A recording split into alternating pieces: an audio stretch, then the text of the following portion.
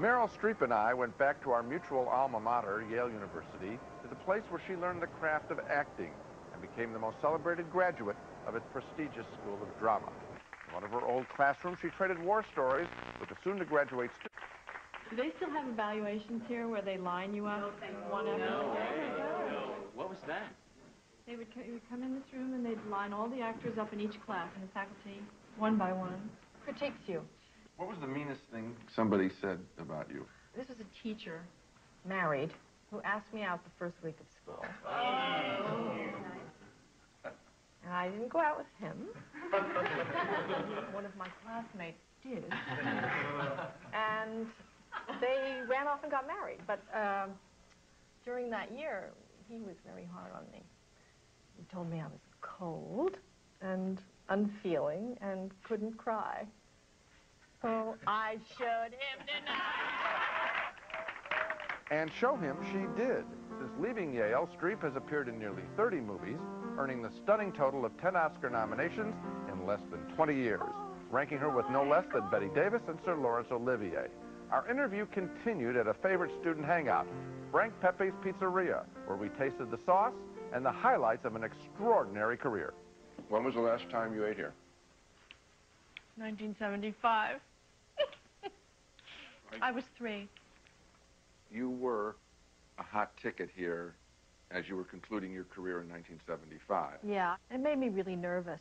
My second year, I was put on academic probation for a lack of ambition, the requisite amount. Because I'd gone into the dean and said that I was cast in too many plays. It wasn't very equitable because I was picked over and over, and there were only 12 people in my class, and I was playing the lead over and over again, and people were mad about it. And I'm greedy, but not in the extreme, and I loved my classmates, and I didn't like feeling their anger. I went to the psychiatrist here at Yale because A, it was free, and B, I was going to graduate in 4 months. But he said, don't worry about it. In 4 months, it'll never be as bad as this. It'll never be as intense. You'll be in competition with the other 200,000 members of Actors Equity. And believe me, it'll be a relief, and it was. We all appear in plays, grammar school plays or whatever, camp plays and all that. Yeah, my first performance, I was in a box. It was Madam X. I was a robot. And so I had no stage fright or anything. It was just the ideal way to, sort of go out in front of people for the first time. How old were you? 5th grade. It was a wild success. We ran once. But the obvious question is, when did you know, at what age did you know that you could do this? Probably like my sophomore year at college. I was in a play at Vassar. My friends all came, and they all sat in the front row, and they said, man, you should do this, you're really good at this, and it felt great. I don't really like to stand up in front of people and talk, but somehow being in this play was a private thing. I mean, I think I lost consciousness in a couple of moments, and that sense of freedom, that sense of abandon, and is something that I loved. You once told me years ago that you have a technique of keeping a secret about a character. You keep it from your co-star, you keep it from your director, it's your own private agenda. Kramer versus Kramer. You remember the secret? Yeah. And what was that? Well, the secret was I never really loved him. I didn't want him to know that because it would have affected everything about the way he played his part. Join, please.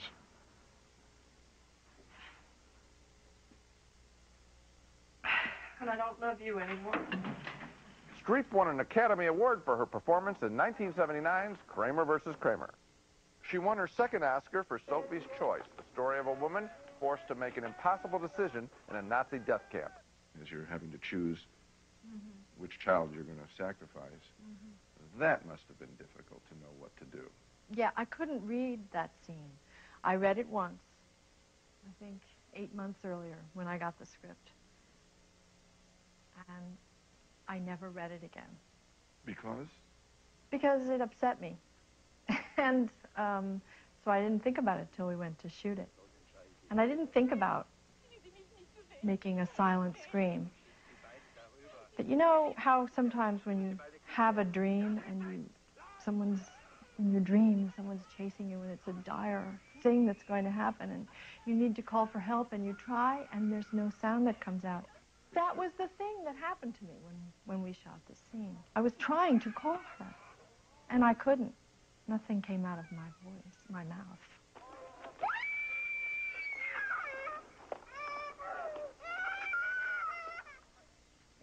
It's still a very upsetting scene. I mean, even to think about. Her most recent Oscar nomination came for last year's The Bridges of Madison County, playing a classic lonely wife. Sign of appreciation? No, not at all. Except those are poisonous. I'm kidding. I was happy that I was, nominated playing a housewife. I felt like I was holding my own for all the housewives. It was an extraordinary achievement. And what I loved about it is that it was largely silent. Were you aware of how little you talked in that film? Seemed to me like I was talking all the time, and with an accent, which is always, they're always lying in wait for me to have an accent. Well, I'm thinking of, for example, a very beautiful sequence when you meet him for the first time and then you walk back to your house and you touch your skirt. Are you aware of that? Says everything, right? It says different things to different people, All right. What does it say to you? To me, it says that she's excited, she feels herself. What has been a cloth is now a dress. No, wrong. Any woman will tell you what that scene is about, but I'm not going to do it. You ask your wife. Oh, come on. It's about a lady with a big rear end who's walking away from someone that she likes. And she's self-conscious, and you always touch the part that you don't want anybody to look at. Okay.